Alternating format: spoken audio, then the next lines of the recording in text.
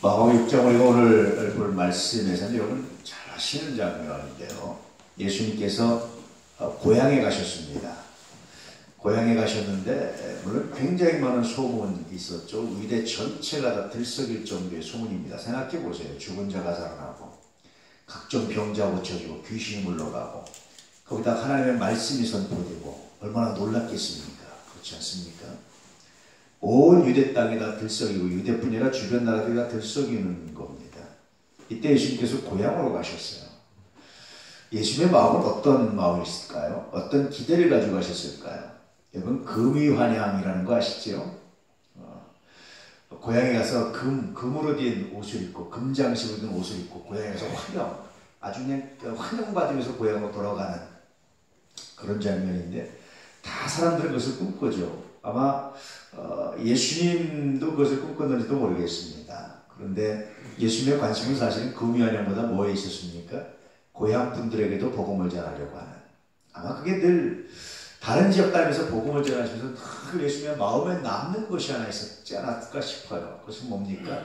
내가 어릴 때부터 함께 살았던 어릴 때 고향, 어릴 때 만났던 옆집 사람들, 그들에게도 이 천국 복음이 전해져야 된다는 아마 그런 부담감이 아니었을까 싶습니다. 그래서 예수님은 이제 그렇게 화려한 활동을 하시고 화려하게 사역을 하시면서 이제 드디어 고향으로 그 부담감을 아마 가지고 가셨을 것 같은데 고향으로 가십니다. 자, 6장 1절 말씀 읽어볼까요? 예수께서 거기를 떠나사 고향으로 가시니 제자들도 따르니라. 예수님의 고향이 어디입니까, 여러분? 나사렛 있죠, 그렇죠? 이 나사렛 지역은요 굉장히 못 사는 지역이고, 더군다나 여러분 혹시라도 성지순례 가보시면 예수님이 태어나신 곳이라는, 예수님 어릴 때 자라신 곳이라는 전승이 있는 그런 이제 곳을 가게 됩니다. 거기에 교회를 세워놨어요. 하여튼 조그만 이렇게 사건이 있는 곳은 다 교회를 세워놨어요. 그냥 놔뒀으면 참 좋았을 텐데 교회를 세워놨어요. 그래서 교회를 세워놨는데 거기에 가면 예수님이 태어나신 곳이 예수님이 자라신 곳이 어디냐면 지하 동굴입니다. 그 당시 사람들은요, 부자들은 지상에 살고 아주 가난한 사람들은 지상에 땅이 없어서 지하 동굴을 파고 살았어요. 부자들은 무덤을 지상에 만들었어요. 이렇게 땅을 파서.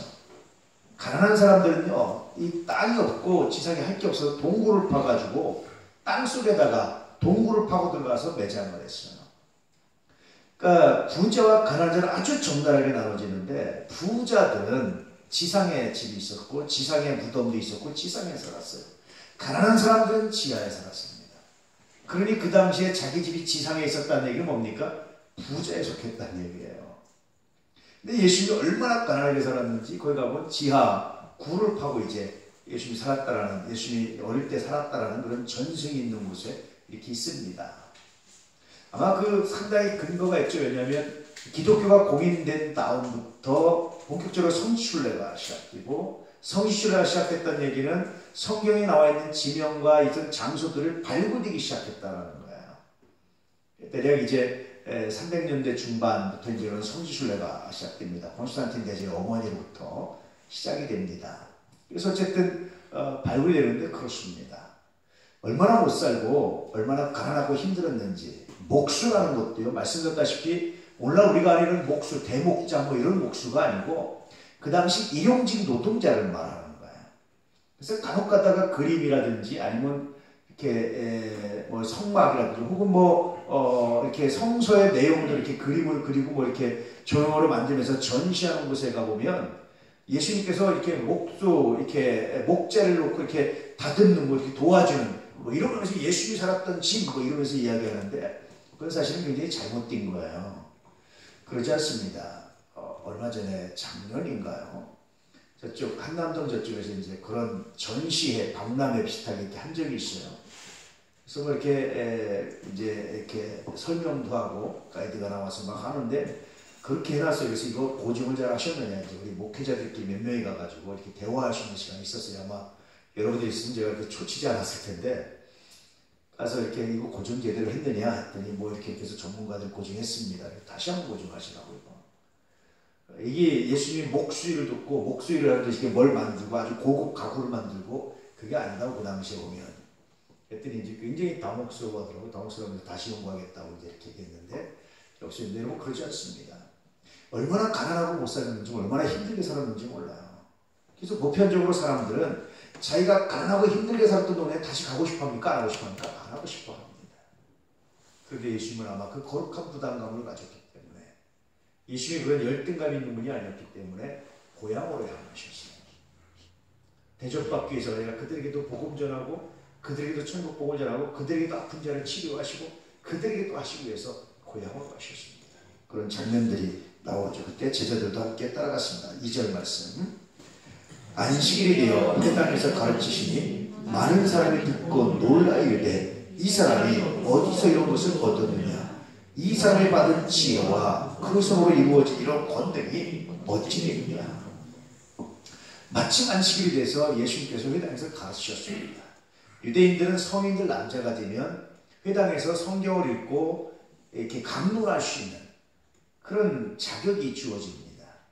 예수님께서 회당에 들어가서 강론하니까 사람들이 놀라 자꾸 하시는 거예요. 도대체 이 사람의 이 학문이 어디서 왔느냐, 이런 얘기입니다. 그것은 사실 예수님이 12살 때 기사도 있고 많은 기사들 보면 예수님이 어떻게 했습니까? 정말 지혜로운 대학자들과 논쟁하셨던 그런 장면들이었는데, 사람들이 몰랐던 얘기는 예수님이 그것을 드러내신 겁니까? 드러내지 않으신 겁니까? 철저하게 드러내지 않으신 겁니다. 성경을 보면 예수님은 항상 때를 중시 여기세요. 아직 내 때가 아니다. 드러내지 말아라. 아직 내 때가 아니라 너 가서 소문내지 말아라. 이런 말씀을 하잖아요. 항상 예수님은 자기 때 이전에 드러나서 자기 때 이전에 하지 않습니다. 그때까지 철저하게 참고 기다립니다. 이게 얼마나 어려운 건지 몰라요. 여러분, 그때까지, 자기 때까지 참고 기다린다는 거 쉽지 않습니다. 중간에 튀어오르고 중간에 하고 싶잖아요. 그런데 예수님은 하나님의 때, 하나님이 허락하시는 때까지 꿋꿋하게 묵묵히 참고 있는 거예요. 때때로 사람들에게 무시당하죠. 야, 너 그것도 모르냐? 야, 너 예수 이것도 몰라? 사실 그 당시 예수라는 이름이 제일 흔한 이름입니다. 옛날에 흔한 이름은 뭡니까? 뭐 철수와 영희와 학교에서 뭐 그랬지만 그렇죠? 그렇게 흔한 이름이고, 이렇게 흔한 이름이듯이 1세기 당시에는요, 집 건너 집도 다 예수예요. 다 예수. 예수라는 이름이 그렇게 흔했어요. 그런데 예수의 십자가 사건 이후에 예수라는 이름을 짓는 사람이 없었어요. 그래서 예수라는 이름은 마치 예수님 혼자만 갖고 있는 이름처럼 그렇게 남겨진 것이 예수라는 이름입니다. 그러니까 예수라는 이름이 얼마나 흔했는지 몰라요. 옛날에 철수 영희처럼 그렇게 흔했습니다. 그렇게 흔했던 이름인데, 나중에 이제 아마 굉장히 많았을 건데, 너 예수, 너 이것도 몰라? 너 예수 이거 해봐. 이런 것 좀 해봐. 라고 말하는데 예수는, 그래, 내가 이거 알아. 라고 말하는 것이에요. 어떤 겁니까? 하나님의 때까지 참고. 사람들에게 자신을 드러내는 것이 아니라 참고, 기다리고, 몰라줘도 무시당해도 참고, 기다리고, 이런 결과입니다. 사실은 이 한 구절을 통해서. 12살 때 이렇게 대학자들과 논쟁하셨던 분이 만약에 그걸 갖다가 동네에서, 자기 동네에서 활용하고 나타내고 자랑하기 시작했으면 누가 감히 이렇겠습니다. 야, 저 집에 천재 났다. 저 집에 인물 났다. 내가 저럴 줄 알았다. 어릴 때부터 똑똑하더니 어릴 때부터 내가 그럴 줄 알았다. 막 그럴 겁니다. 그런데 이 말씀을 보니까 예수님은 전혀 그것을 드러내지 않은 거예요. 철저하게 뭐 때문입니까, 여러분? 하나님의 때. 사역을 하실 때도 아직 내 때가 되지 않았다. 아직 그때가 되지 않았다. 때를 굉장히 중요시 여기면서 여러분 드러내지 않습니다. 그때가 되셔야 드러냅니다. 본격적인 사역도 언제부터 하십니까, 여러분? 요한이 잡혔다는 소식을 듣고 비로소 본격적인 사역을 하세요. 그때까지 기다리십니다. 여러분, 이게 굉장히 놀랍습니다. 여러분은 때를 생각하면서 때가 차기까지 기다릴 수 있습니까? 이게 굉장히 놀라운 겁니다. 때가 차게, 때가 차기까지, 그때까지. 이 짧은 구절을 통해서 예수님께서 그렇게 하셨던 삶의 모습들을, 어릴 때 모습도 우리가 유추해 볼 수가 있죠. 사람들이 이렇게 놀라웁니다. 이 사람이 어디서 이런 것을 얻었냐? 이 사람이 도대체 학교를 어떻게 다녔느냐? 이 놀라운 학문이 어디서 왔느냐? 이런 회당에서의 가르침이 어떻게 도대체 이 사람이 이걸 알았느냐? 놀라자고 빠지는 거예요. 굉장히 놀랐습니다. 다시 말씀드리면 12살 때 이미 예수님은 대학들과 논쟁할 수 있었는데 전혀 드러내지 않고, 그 전에 회당에 가서 가르칠 수 있는데 가르치지 않고 기다렸더니, 묵묵히 기다리고 기다렸더니. 여러분, 이런 기다림이 능력입니다. 할렐루야. 기다림이 능력입니다. 여러분, 그런 고사성 아시죠? 스탑, 싸움시키는 고사성 아시죠? 한 싸움꾼이 자기 땅을 싸움시키는데 막 덤벼들면은 제지시키 못하게 하는 거예요. 적이 나타나면 해도 가만히 못하게. 근데 이 싸움꾼이 이 닭을 훈련시키는 투객꾼이 닭을 경쟁이 되는데 언제 내보내냐면 아무리 강조해도 닭이 딱 해가지고 요동치 않을 때 이때 준비됐다고 내보내는 거야. 이게 진짜랍니다. 일본의 막부 시대 3인이 있었죠. 굉장히 유명한 사람도 있었죠. 여러분 아시는 도쿠가와 이에야스, 토요토미 히데요시, 또 하나 누굽니까? 이 세 사람이 있었는데요. 세 사람을 그렇게 비유합니다. 오다 노부나가라는 사람이 맨 처음에 있었는데 이 사람은 어떤 사람이냐? 만약에 닭이 울지 않으면 어떻게 하죠, 여러분? 닭의 목을 쳐버려요. 너 왜 안 오라고 목을 쳐버려요. 이 오다 노부나가의 신하였던 토요토미 대신은 굉장히 비천한 집에서 자란 사람이에요. 이 사람은 입지전적인 인물입니다. 꾀도 많고. 이 사람이 어떻게 오다 노부나가의 마음에 들었냐면요. 오다 노부나가 방에 들어가 있잖아요. 겨울에 춥잖아. 옛날에 지금처럼 뭐 실내에다 신을 벗어놓는 게 아니니까 바깥에 벗어놓잖아요. 그 신발을 가슴에 품고 있는 거예요. 끝까지. 나중에 오다 노부나가 나와서 너 뭐 하는 거냐? 왜 그러냐? 주인님의 신발이 차고는 발이 싫었거든요. 가슴에 품고 있었습니다. 가슴에 품기니까 탁 내놓고 그렇게. 그래서 그 눈에 들어가지고 나중에 기회를 타고 자기가 이제 정권을 잡아요. 열등감도 많은 사람이고 토요토미 히데요시가. 그런 사람인데 이 사람은 어떤 사람이냐? 꾀가 많아서 닭이 안 울면은 어떻게 하냐면 어떤 꾀로 어떤 마음을 쓰니 울도록 만들어버린다는 거예요. 근데 그 뒤에 도쿠가와 이에야스라는 사람이 있어요. 우리나라 임진왜란 이제 끝나고 실패하고 토요토미가 이제 죽고 난 다음에 아들을 이제 치고 도쿠가와 이에야스가 이제 정권을 잡습니다. 이 사람은 어떤 사람이냐? 울 때까지 기다린다. 닭이 안 울면 울 때까지 기다린다. 막 자기 때를 기다리고 있다가 이 사람이 정권을 잡고 막부 시대를 이어갑니다. 그래서 에도 막부라고 하는데 에도라는 곳을 이제 수도로 옮기고요. 거기다가 수도를 만들어 행정 수도를 만들고 거기에 다 상인들을 놓고 경제 중심 일본을 새롭게 만든 사람이에요. 막부 시대를. 그래서 도쿠가와 이에야스가 굉장히 유명한 사람이에요. 이 사람은 기다리는 사람이에요. 결국은 자기 때 먼저 나가서 설치는 사람은 죽는데 끝까지 기다렸다가 자기 때가 왔을 때 그때도 놓치지 않는 사람이 역사의 승자다. 뭐 이런 것들이 이제 일본 막부 시대에 굉장히 유명한 이야기들입니다. 어쨌든 예수님은 기다리셨어요. 여러분 기다리신 은혜가 있기를 주님으로 축복합니다. 할렐루야. 제가 이런 역사 얘기하면 제가 정신을 못 차려가지고 자꾸 이렇게 새끼로 빠져가지고요. 제가 자꾸 이렇게 절제해야 됩니다. 자, 3절 말씀.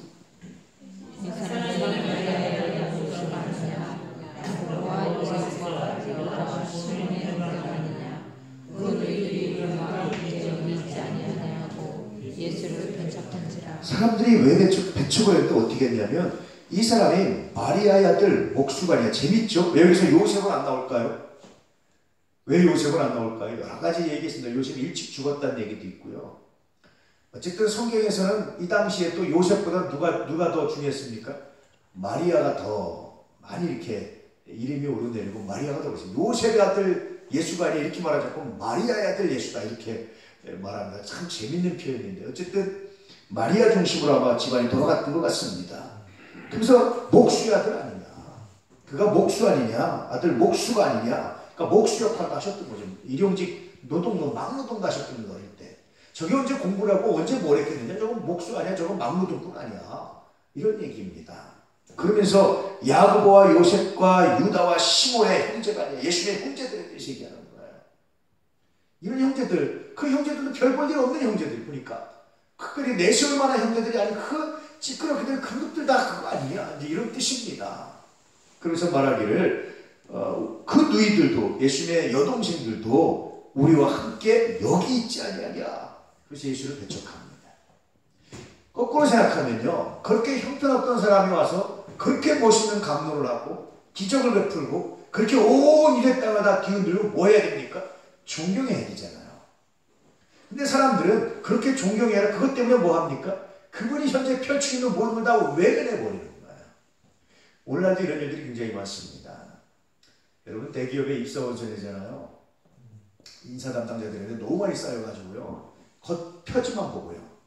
겉표지 학교만 보고 그냥 쓰레기통으로 다 던진대. 뜯어보지도 않고. 다 던진답니다. 그 안에 뭐가 있는지 그 사람이 뭐가 있는지 안 보는 거예요. 그냥 무조건 다 던진대요. 그리고 그 중에 몇 개만 보고 뽑는답니다. 그걸 다 보지 않는데요. 봉투를 열어서 일일이 안 본다. 원서를 내는 사람은 정말 열심히 써서 그냥 최선을 한 글자를 써서 보는데 안 본답니다. 이걸 다 그냥 오면 그냥 생수 던진답니다. 또 왔네 또 왔네 던진답니다. 그리고 그 중에 몇 개만. 그러니까 사람들이 지금이나 예전에 똑같은 거예요. 이 사람이 예컨대 정말 이름 없는 집안의 어떤 조그만 학교 나왔었는데 뜯어보고 야 거기서 이런 사람이 나왔네 이런 아이디어가 있니라고 알아주는 것이 아니라 그것만 보고 그 내용을 보지 않으면 집어던지는 거예요. 예수님 당시의 고향 사람들이나 오늘날 우리들은 똑같습니다. 비슷하게 너무나 많습니다. 그러니 여러분 우리가 이 말씀 속에서 뭘 알아야 됩니까? 우리도 어떤 교회 겉모습이나 외면만 보고 그 내용을 보지 않으면 똑같은 실수를 할 수 있어요. 현재 여러분 교회들이 얼마나 많이 비판받습니까? 그런데 아무리 비판받아도 교회는 뭡니까? 그리스도의 몸이잖아요. 겉으로 드러난 그 얘기만 듣고 그 안에는 복음을 듣지 못하고 외면하는 사람들이 얼마나 많은지 몰라요. 그렇게 비판받는 교회들이 그렇게 사람들이 무시하는 교회들이 하고 있는 일을 사람들이 외면하고 잃어버리는 거예요. 그래서 여러분 우리는 굉장히 중요한 교훈을 얻어야 됩니다. 우리도 겉모양만 보고 겉으로 드러난 건 보고 그 나머지를 버리는 사람이 아니라 겉모양 그 너머에 있는 그 속에 있는 진실을 볼 수 있는 사람. 이런 눈이 열리지 않으면 여전히 우리도 예수님의 고향 사람들과 비슷한 행동을 할 때가 참 많다라는 거예요. 안다라는 얘기는 참 재밌어요. 아는데 어떻게 하느냐가 중요한 거예요. 고향 사람들 예수님을 잘 알았어요. 어릴 때를. 근데 거기서 멈춰 있었어요. 예수님이 드러나지 않은데 드러나지 않은 그 모습에 멈춰 있었어요. 그래서 예수님이 그 위에 하시던 활동을 다 외면해버리는 거예요. 이게 고향 사람들의 실패고 넘어짐이었습니다. 여러분 어떻습니까? 여러분은 사람을 어떻게 대합니까? 간혹가다 그런 거 드시죠? 아이들이 커가지고 이렇게 크면 저 코찔찔이라고 뭘 한다고. 어릴 때 저 코찔찔 흘리고 저게 뭘 한다고. 뭐 그런 생각하잖아요. 참 이런 게 굉장히 오래가요. 학생 때, 신학생 때인데 같은 저기 중에 컸는데도 코를 흘린 분이 한 분 있었어요. 이제 나중에 이제 미국에 유학도 가고 뭐 이렇게 했는데 사람들이 다 하는 애가 저 코찔찔이가 뭐 한다고 사람들이 그러는 거예요. 근데 여러분 그랬던 분이 유학을 가고 공부를 하고 학위를 받고 왔다면 뭐 해야 됩니까? 박수 쳐서 남들보다 몇 배로 노력한 겁니다. 그렇잖아요. 그게 중요해요. 그러니 여러분 우리는 내가 과거에 하였던 그 모습의 사람을 그 모습으로 평가하는 것이 아니라 그 모습이 아니라 현재 모습을 가지고 과거조차 새롭게 해석할 수 있는 이런 믿음의 눈이 필요하다라는 거예요. 그것이 예수의 마음이다라고 말씀해주고 있는 겁니다. 자, 4절 말씀. 예수께서 그들에게 이르시되 선지자가 자기 고향과 자기 친척과 자기 집 외에서는 존경을 받지 못함이 없느니라 하시니 굉장히 재밌는 말씀을 하신 거예요. 예수만 그러면 선지자들이 대부분 다 이렇다 그렇게 말하는 거예요. 오늘 지금 목사들이 다 이렇다, 선지자들이 다 이렇다 뭐 이런 얘기를 하는 겁니다. 왜 그렇습니까 여러분? 이 당시 사람이나 옛날 사람이나 지금이나 똑같은 기준을 가지고 사람을 평가하고 있다는 거예요. 그래서 뭡니까 여러분? 과거의 얽매여 있다는 거예요. 그 얽매여서 자꾸 그 눈으로 바라보고 있다는 거예요. 제가 간혹가다 말씀드리잖아요. 명절 때 사람들이 모여서 형제들이 싸우는 이유가 뭔지 아세요? 옛날 얘기에서 옛날 얘기. 어릴 때 얘기하다 어릴 때 감정과 어릴 때 마음으로 돌아가니까 어릴 때의 이해 폭처럼 좁아지는 거예요. 그러니까 싸우고 헤어지는 형제들이 굉장히 많아요. 가정마다. 그러니까 만나면 옛날 얘기가 아니라 지금 얘기, 미래 얘기, 앞으로 얘기 이런 것들 하는 게 굉장히 중요합니다. 할 얘기가 없으니까 옛날에 그랬었지, 형이나 때렸었지, 야 그때 네가 잘못했어, 내가 뭐 잘못했어 이러다 싸우고 이제 헤어지고 그런 가정들이 얼마나 많은지 몰라요. 옛날이나 지금이나 비슷합니다. 그러니 여러분 옛날 얘기하지 않기를 축복합니다. 옛날 얘기하려면 뭐만 합니까? 감사한 얘기, 은혜로운 얘기, 할렐루야, 기쁜 얘기 이런 얘기만 나누는 거고요. 나머지는 잊어버리는 거예요. 왜냐하면 옛날 일은 지나갔잖아요. 중요한 건 그 옛날에 아니라 앞으로 우리가 어떻게 살아가고 앞으로 우리가 어떤 일을 할 거냐가 중요하잖아요. 자꾸 옛날 얘기하는 겁니다. 그러니까 우리 아이들도 이렇게 커가면서 제가 공적으로 존댓말하는 이유가 뭔지 아세요? 옛날 얘기 아니려고. 계속해서 어린아이가 아닌 거예요. 이렇게 커서 성인이 됐으면 성인으로 대접해야지 어린아이 대접하면 곤란합니다. 그렇잖아요. 자꾸 커갈수록 그 나이에 걸맞는 예우를 해주면 그 예우를 받은 사람이 또 그만큼 일을 해요. 계속 어린아이 취급하면 어린아이밖에 안 되는 겁니다. 자라가면 자라갈수록 거기에 맞는 역할, 그 나이에 맞는 대우 이런 걸 해주는 것이 저는 굉장히 중요하다고 생각합니다. 예수님 고향 사람들은 그러지 못했어요. 옛날 얘기. 예수님이 드러나지 않으셨는데도 불구하고 옛날 얘기. 가족들 얘기. 다른 얘기. 별 볼 일 없는 배경, 백그라운드. 이것 가지고 예수님이 현재 하신 일 전체를 다 이렇게 외면해버리는 거예요. 슬픈 일이지 않습니까? 이런 실수하지 말라고 다시 말씀하시는 거예요. 그러면서 예수님뿐 아니라 선지자들도 그렇습니다. 지금은 좀 다른데 예전에는 그렇게 신학생들 보면 집도 어렵고 다 그랬어요. 왜 그럴까? 그런 생각을 제가 몇 번 하다가 말씀드렸다시피 그러지 않았으면 예수 못 만났겠다. 20살, 20대 그때 목회한다고 신학한다고 저러지 못했겠다. 저는 제가 20대를 생각해보면 그때 당시 젊은이는 아니었던 것 같아요.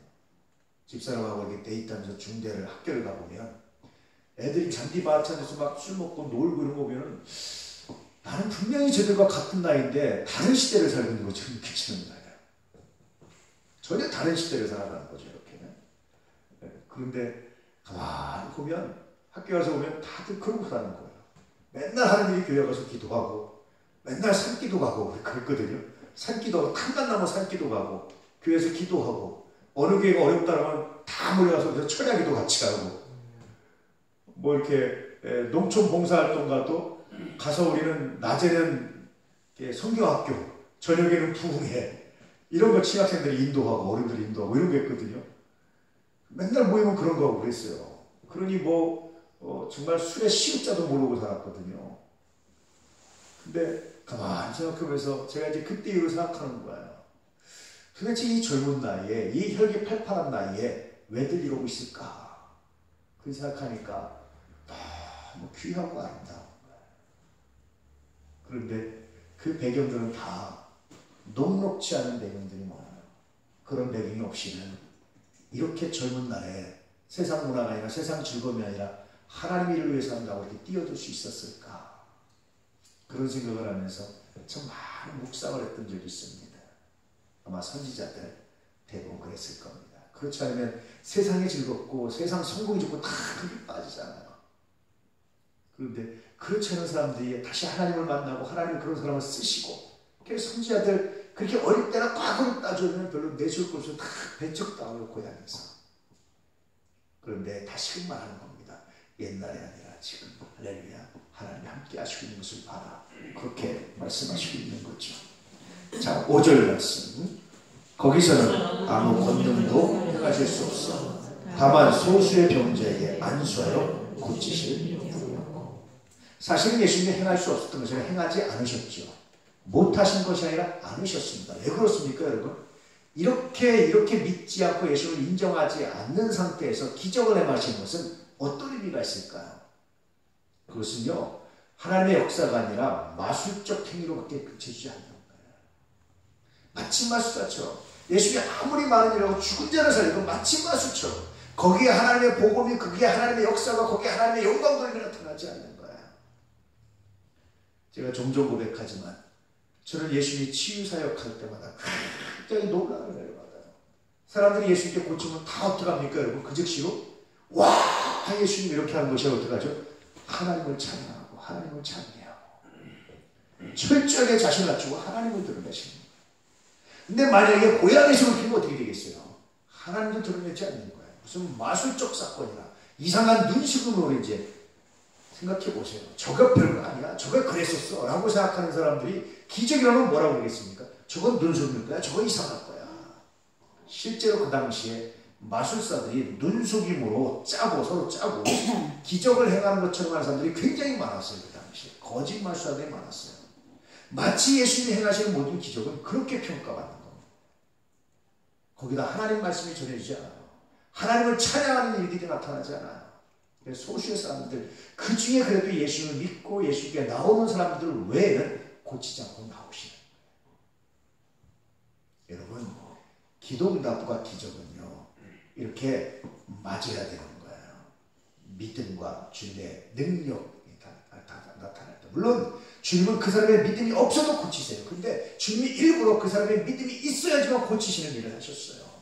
그래서 내가 믿느냐? 라고 자주 주님이 물어보시죠. 항상 그렇지는 않지만 지금도 마찬가지예요. 여러분 믿음의 기도와 여러분의 믿음이 만날 때 역사가 일어나고 사건이 일어납니다. 일방적이진 않아요. 이해되시죠? 믿음 없이 아무리 큰 축복을 받아도 아무런 변화가 일어나서 주님이 변화를 일으키지 않습니다. 왜 그렇습니까, 여러분? 거기에는 아무런 역사도 하나님의 영광, 하나님의 말씀도 나타나지 않기 때문에 그렇습니다. 대신방을 하다 보면 이제 1월달에 대신방을 하는데 믿음으로 간절히 준비한 사람이 있고 마술적 신앙으로 준비하는 사람이 있고 다른 준비 하나도 그냥 무조건 복만 간과하는 가정이 있고 해서 지금 말하면 그게 아니라 믿음으로 준비하고 예비하는 가정들이 있고 아무 준비도 안 하는 가정들이 있어요. 들어가면 딱 표시가 납니다. 얼마나 마음이 아픈지 몰라요. 여러분 주 안에서 믿음으로 준비하십시오. 왜 대신방을 받습니까? 우리 가정이 단순히 복을 받기 위해서가 아니라 하나님의 영광이 되기 위해서. 할렐루야. 하나님의 나라를 위해서 준비하시고 철저히 기도하시고 준비하십시오. 저도 믿음으로 기도하고 말씀을 준비하고 갑니다. 그럴 때 그 역사가 만나서 새로운 역사가 큰 역사를 만들어가는 거예요. 그렇지 않으면 아무 의미 없습니다. 하나님은 그렇게 하면 역사를 안 일으키세요. 안 하십니다. 예수님도 안 하셨듯이 안 하십니다.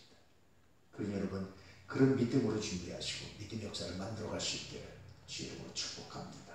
할렐루야. 자, 6절 말씀. 그들이 믿지 않음을 이상히 여기셨더라. 예수님께서 이상히 여기셨다. 자, 왜 그럴까? 이상히 여기셨다. 그렇게 말씀하시죠. 이 말씀을 통해서 마가가 우리에게 전해주고자 하는 메시지가 뭐겠습니까, 여러분? 마가는 고난받는 사람들, 수지 높은 사람이나 낮은 사람들에게 복음을 전했어요. 부잣집 아들이. 공부도 많이 했어요. 아마도 우리가 추측컨대 마가는 그 당시 가장 유명한 학문적 도시였던 알렉산드리아로 유학을 갔다 온 사람이라고 생각돼요. 그 당시 알렉산드리아 학문적으로 얼마나 여러분 잘 되어 있는지 몰라요. 얼마나 그 당시 알렉산드리아가 학문적으로 유명했는지 몰라요. 알렉산더 대왕이 있었습니다. 그 알렉산더 대왕이 죽고 난 다음에 요절을 하고 난 다음에 알렉산더 대왕의 부하가 4명이 있었는데 4명의 장군들이 그 영지를 4분 안에서 통치를 해요.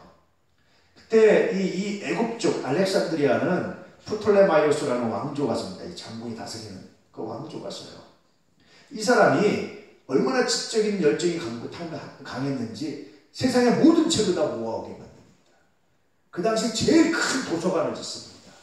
거기서 얼마나 많은 학문적인 발전이 있었는지 몰라요. 그래서 그 당시에 여러분 지구가 이미 둥글다는 걸 알았어요. 중세가 오히려 학문이 떨어졌죠. 그 당시에 지구가 둥글다는 걸 알았고요. 지구가 둥근데 둘레가 얼마가 되느냐를 거의 정확히 맞췄어요. 그 당시에. 그 정도로 학문이 뛰어났던 도시입니다. 마가가 아마 거기서 유학하고 하지 않았을까. 왜냐하면 마가복음 보면 그 당시 학자들이 사용했던 용어들이 굉장히 많이 나와요. 사실은. 근데 그런 이야기를 합니다. 그랬던 마가가 자기 학문을 막 버리고 바울을 따라서 복음을 다녔던 마가가 고생하는 거 싫고 이게 자기가 스타가 되지 않는 게 싫어가지고 외면하고 돌아왔던 마가가 자기 중심적이고 잘난 체하고 부잣집 도련이었던 마가가 가난한 자들, 약한 자들, 병자들 그들에게 목회하고 그들에게 복음을 전하는 거예요. 나중에 애굽에 가서 그들에게 다시 복음을 전합니다. 이랬던 마가가 자기 모든 수준을 버리고 자기 모든 과거의 영광을 다 버리고 다 이랬던 마가가 가난한 자들에 가서 복음을 전하면서 이 말씀을 전합니다. 예수님이 됐다. 예수님을 자기 곳에 이렇게 배척받고 고생하고 이렇게 가난하고 힘들게 살았던 예수님도 나중에 예수님이 우리에게 전대 불구하고 이렇게 배척받았다. 이 말씀을 하시는 이유가 이 말씀을 마가 통해서 선포하는 이유가 뭘까요, 여러분? 마가교회 사람들에게는 위로입니다. 여러분이 아무리 잘나도 그 다음에 또 신분제사였기 때문에 여러분이 아무리 훌륭해도 세상이 여러분을 알아주지 않습니다. 여러분이 아무리 뛰어나도 세상이 여러분을 알아주지 않습니다. 그런데 염려하지 마십시오. 여러분뿐 아니라 예수님도 그렇게 위대한 예수님, 하나님이신 예수님도 이런 일을 당하셨습니다. 그러므로 우리가 그런 세상의 평가에 굴하지 말고 세상의 평가에 우리가 흔들리지 말고 우리가 오롯이 예수 바라보고 예수 믿고 나아가는 것이 하나님의 뜻입니다. 이 메시지를 전하기 위해서 이 말씀을 기록합니다. 여러분 그렇죠. 세상 평가를 우리가 뻔히 알잖아요. 그런데 세상의 평가와 하나님의 평가는 참 많이 달라요. 참 많이 다릅니다. 세상에서 크다고 일컫는 자가 천국에서는 어떤 자라고 그러죠? 작은 자라고 일컫는 자. 세상에서 큰 자를 크는 자가 천국에서 어떻게 받죠? 큰 자를 크는 받습니다. 정반대예요, 세상의 평가가. 그러니 세상에서 성공하고 세상에서 돈 많이 벌고 세상에서 뭐 하려고 하지 마시고 하나님의 기쁨을 드시오. 이 말씀을 하고 있는 겁니다. 세상에서 유명한 사람 되려고 하지 마시고 하나님의 기쁨을 드시오. 물론 그 하나님께서 유명하게 쓰실 수 있어요. 유명한 게 다 잘못된 게 아닙니다. 부자가 다 잘못된 게 아닙니다. 높은 자가 다 잘못된 게 아닙니다. 쓰실 수 있어요. 얼마 전에 암에 걸렸다고 세상을 떠들썩하게 했던 카터가 또다시 한번 떠들썩하게 했죠. 암이 나았다라는 거예요. 암을 발견할 수가 없다는 거예요, 의사들이. 여러분 다 그 뉴스 보셨죠? 못 보셨어요? 카터가 암에 걸려가지고요. 얼마 못 남았다고 그랬어요. 근데 이 카터가 암에 걸리고 얼마 못 남았는데도 불구하고 그렇게 기쁘게 여전히 주일학교 교사로 봉사하고 여전히 헤비타트 집중대 가서 90 노인이 일을 하고 여전히 기쁘게 살고 여전히 그렇게 사는 거예요. 카터가 암에 걸리고 그렇게 기쁘게 사니까 카터에게 성경법을 배우려고 사람들이 더 많이 몰려들어요. 구름처럼 막 줄 서서 몰려드는 거예요. 그렇게 고통스러웠어요. 내가 사는 날 동안 내가 기쁘게 내가 하나님 나라 가는데 그러는데 병원에 갔는데 그런 중에 병원에 갔는데 의사가 암덩어리가 없어졌다는 거지. 발견할 수 없다. 또다시 한번 세상을 놀라게 했습니다. 그래서 카터가 하는 고백이 뭔지 아십니까? 하나님이 나를 대통령 만드시면 대통령 잘하라고 한 게 아니라 대통령, 전직 대통령 백그라운드를 가지고 하나님을 하게 하게 됩니다. 그래서 전직 대통령 치고 카터만큼 인기 있는 사람이 없어요. 대통령 때 그렇게 못하던 카터가, 인기 없던 카터가 대통령 물러난 다음에 그렇게 인기 많은 사람으로 변한 애가 별로 없습니다. 뭐 전 세계적인 희귀이죠. 근데 카터는 철저해요. 제가 하나님의 영광을 위해서. 굉장히 놀랍지 않습니까? 높은 자리에 올라가면 다 잘못된 게 아니에요. 하나님의 영광을 위해서. 그런데 그것이 우리 인생의 목적이 아니라 내가 어떻게 하면 하나님의 영광을 위해서, 내가 어떻게 하면 내 삶을 온전히 이 땅의 빛과 소금이 되기 위해서 살아갈 것인가, 이게 중요하다는 겁니다. 그 당시 하층민들, 세상에 희망을 발견할 수 없던 사람들이에요. 신문제가 있어서 신문을 뛰어넘을 수 없는 시대입니다. 잘나도 알아주지 않는 시대입니다. 지금처럼 뭐 고등고시가 있어서 고시가 있어서 갑자기 뭐 신문이 상승하는 일도 없는 시대입니다. 그런 사람들에게 답답하고 힘들고 희망 없는 사람들에게 어떤 세상적으로 복음을 전하고 가르쳐냈던 마가가 그들에게 하는 메시지예요. 예수님도 그랬습니다. 그렇게 힘들게 고통 가운데 살았습니다. 그분은 세상적으로 이렇게 알아주는 분이 아니다. 세상적으로 뭐 학벌이나 뭘 내세울 수 있는 분이 아니었습니다. 그분이 그래서 고향에서 그래서 부적당했습니다. 그런데 그분이 하나님이십니다. 그분이 우리의 구원자십니다. 그분이 세상을 보냈습니다. 여러분도 그렇게 쓰임받을 수 있습니다. 이 메시지를 전해주고 있는 거예요. 사랑하는 도남의 가족들, 이 메시지가 가슴에 박혀있기를 축복합니다. 우리 교회가 뭐 세계 최대 교회도 아닙니다. 뭐 한국 최대 교회도 아닙니다. 뭐 그렇게 시설이 뛰어나게 되었습니다. 그렇게 뭐 세상 교리 유명한 사람도 없습니다. 근데 저는 소망이 있어요. 여러분들 통해서 영광 받으신 하나님 때문에 소망입니다. 그리고 세상의 어떤 사람들보다도 저 우리 도남교회 여러분들이 귀중합니다. 아름답습니다. 저는 안 바꿔요, 실제로. 여러분들과 무슨 뭐 장관 누구랑 바꾸는 저는 안 바꿉니다. 제가 자신있게 안 바꿀 수 있습니다. 한 사람과도 안 바꿀 수 있습니다. 왜냐하면 여러분들만큼 귀한 분들이 없어요. 주 안에서. 이 말씀의 메시지가 여러분에게도 해당입니다. 우리에게도 해당됩니다. 이 말씀으로 승리하는 은혜가 있기를 축복합니다. 우리 함께 그렇게 세상의 희망이 되고 그렇게 믿음의 생명을 감당할 수 있는 놀라운 역사가 있기를 축복합니다. 저는요, 참 재밌게 사람만 잘하는 게 재미예요. 아이들을 보면서 사람은 12번도 더 바뀌어요. 제가 보니까, 목회하면서 보니까 옛날 어른들 말이 맞아요. 12번도 더 바뀌어요. 애들은 자라면서 수업도 없이 바뀌어요.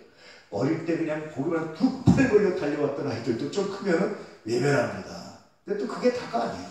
좀 더 크면 또 다른 측면으로 또 이렇게 와요. 좀 더 크면서 또 다른 마음으로 좀, 그래서 잘하는 거예요, 이게.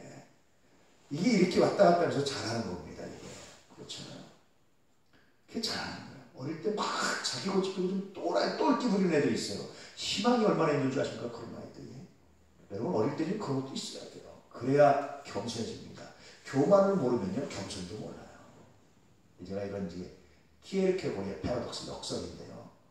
교만을 모르면 겸손을 모른다는 거예요. 키에르케고르. 여러분 키에르케고르 아시죠? 죽음에 이르는 병이라는 책을 쓴 굉장히 유명한 현대 철학은 키에르케고르를 빼놓고는 말할 수 없습니다. 굉장히 위대합니다. 그 당시 본인이 살았을 당시에는 별로 주목받지 못한 사람이었어요. 죽으면서 이렇게 얘기합니다. 내 이야기가, 내 철학이, 내 논리가 100년 안에 세상을 덮을 것이다 라고 말하는데 100년이 아니라 몇십 년, 20년 만이가 죽은 다음에 세상을 덮습니다. 탁월한 분인데 하나님을 참 사랑했던 분입니다. 이분의 역사를 가지고 말하면요, 교만을 모르면 겸손도 모르는 거예요. 교만해져 봐야 겸손을 하는 거예요. 교만해져 보지 않은 사람은 진짜 겸손이 뭔지 모르는 거예요. 비굴한 만담는 거지. 아이 될 때 막 교만해서 세상을 다 가진 것처럼 이렇게 막 하잖아요. 희망이 뭐가 희망이있어? 하나님 제게 겸손할 가능성이 있군요. 나는 그게 싫어. 어릴 때부터 너무 매너 좋고 어린아이 너무 이렇게 매너 좋게 하는 건 나는 그게 별로 안 좋아요. 쟤는 커서 뭐가 되려나. 벌써부터 이렇게 바다에 기름칠한 것처럼 살면 쟤는 커서 뭐가 되려나. 슬퍼요. 어릴 때는 부딪히기도 하고 고집도 피고 다투기도 하고 그렇게 살아가면서 그 애가 다툼어져 가면서 비로소 겸손을 알고 그러는 거예요. 솔로몬 보세요. 자기 잘난 맛을 하나님께 지으신 것이 세상을 걱정했는데 나중에 노년에서 뭐랍니까? 얼마나 겸손합니까? 세상에 헛되입니다. 어쩌면 하나님 안에서 먹고 마시고 사랑하는 사람들과 함께하는 사람이 가장 귀합니다. 비로소 겸손을 하는 거예요. 사람을 보는 관점이 참 재밌죠. 그래서 여러분, 저는 절망 속에서 희망을 봅니다. 네. 아픔 속에서 늘 아름다움을 봅니다. 뿐만 아니라 성장하는 가운데서 하나님의 연단과 하나님의 손길을 봅니다. 우리 또한 가족들 하나님의 은혜가 있습니다. 하나님의 능력이 있습니다. 인간적 판단을 가지고 절망하지 않게 축복합니다. 지금 좀 이렇게 제대로 못한다고 외면하지 마세요. 돌아올 날이 있습니다. 언제 어떻게 하면 우리가 포기하지 않고 기도하며, 할렐루야, 우리가 포기하지 않고 기도하면 돌아올 날이 있다니까요. 수도 없이 많이 와요. 그런 거 믿음 안에서 여러분, 마가든 주님 메시지 우리 가슴에 품으시고 이 소망을 가지고 세상을 바라보시고 이 소망을 가지고 자녀를 바라보시고 이 소망을 가지고 주변을 바라보시고 이 소망을 가지고 여러분의 삶을 바라보시면 은혜가 있기를 진실로 축복합니다.